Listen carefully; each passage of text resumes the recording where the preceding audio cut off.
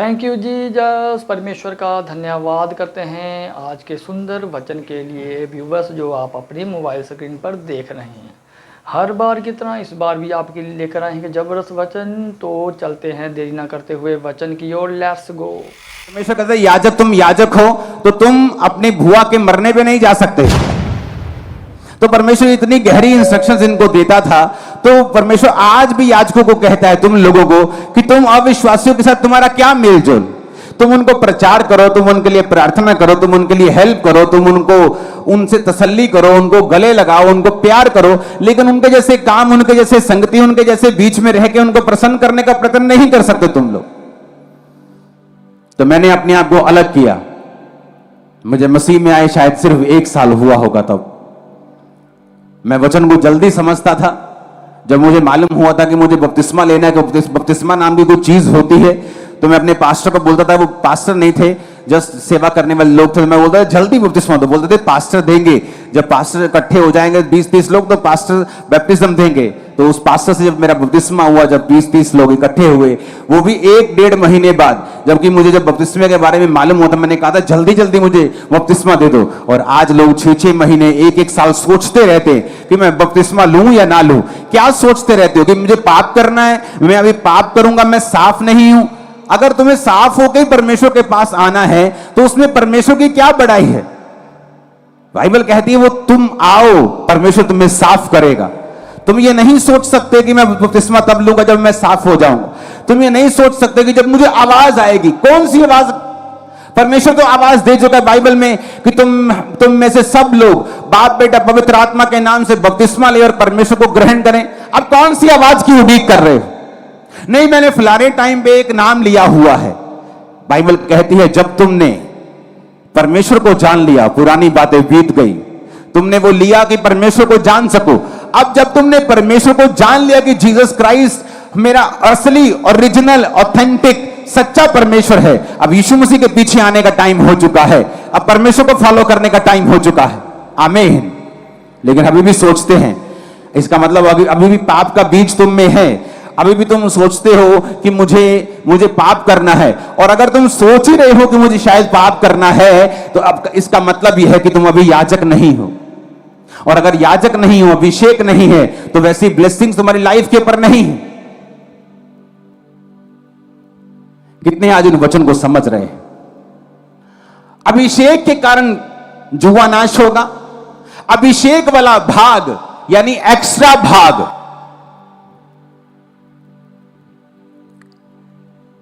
कहते तुम्हारे पास एक्स्ट्रा ये कार्ड है ना, जो गोल्डन कार्ड है, इसकी एक्स्ट्रा बरकतें मिलती हैं, एक्स्ट्रा प्रिविलेज मिलता है।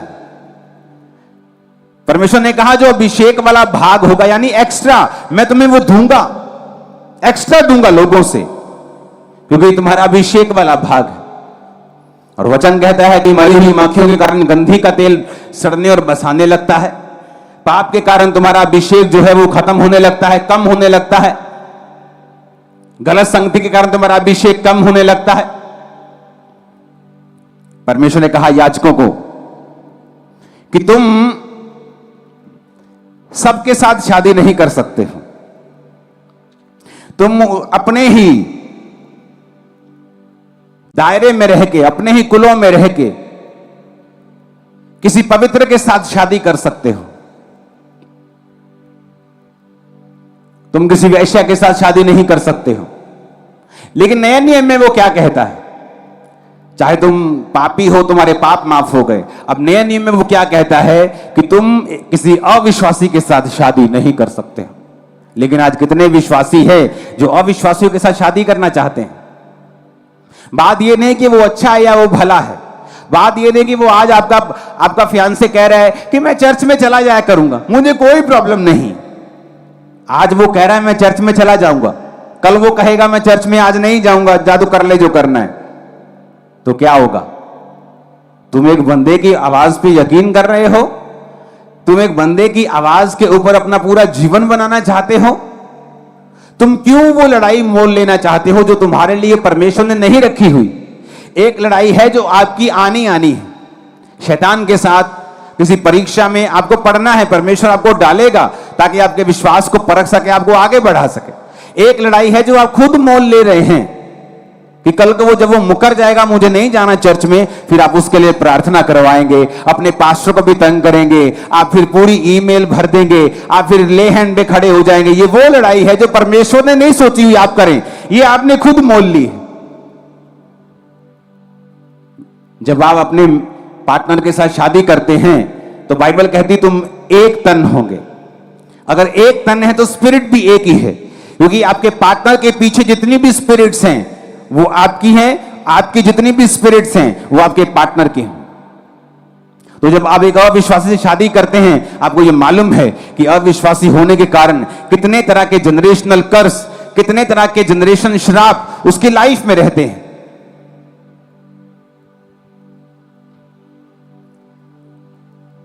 तो जब आप उससे शादी कर रहे हैं, आप उन आत्माओं के साथ भी शादी कर रहे हैं। जब आप किसी के साथ व्यभिचार करते हैं, आप उसकी स्पिरिट के साथ बंध जाते हैं। चाहे आप तौबा भी कर लें, लेकिन लास्ट तक आपको वो स्पिरिट उठानी पड़ती है आपके कंधों के ऊपर। नहीं तो यकीन नहीं तो दाऊद को पढ़ लो, वो माफ कर दिया गया, लेकिन वो तलवार की स्पिरिट उसके बच्चों को उसकी जिंदगी के अंतिम दिनों तक उसने छोड़ा नहीं। इसलिए वचन कहता है कि जो पाप तुम करते हो दूसरे, वो देह से बाहर हैं, लेकिन जो पाप तुम व्यभिचार का करते हो वो डबल पाप है, तुम्हारी देह के विरुद्ध भी है, तुम्हारी आत्मा के विरुद्ध भी है। कितने इन बातों को समझ रहे हैं? तो वचन अपनी लाइफ में अभिषेक को कभी गवाओ मत। और शैतान इसीलिए क्यों वो आपको चाहता है व्यभिचार करो, क्यों वो चाहता है प्रेयर ना करो, क्यों वो चाहता है आप टीवी देखते रहो। उसे मालूम है कि अगर ये प्रेयर में बैठेगा तो ये अभिषेक होगा। अगर ये अभिषेक से रोज अपने आप को रगड़ेगा तो अभिषेक इसके अंदर आता जाएगा। जब अभिषेक आएगा तो ब्लेसिंग्स आएंगी। शैतान अभिषेक से नफरत करता है। वो ऐसी चर्चिस से नफरत नहीं करता जहां अभिषेक ना हो, जहां ठंडी ठंडी आराधना हो, 2 मिनट का 10 मिनट का वचन हो, फिर उसके बाद पास्टर आपसे हाथ मिलाए और आपको छुट्टी कर दे। वो नफरत नहीं करता ऐसे लोगों से। क्यों? क्योंकि अभिषेक के कारण जुआ तोड़ दिया जाए। उसे अभिषेक वाले लोगों से नफरत है।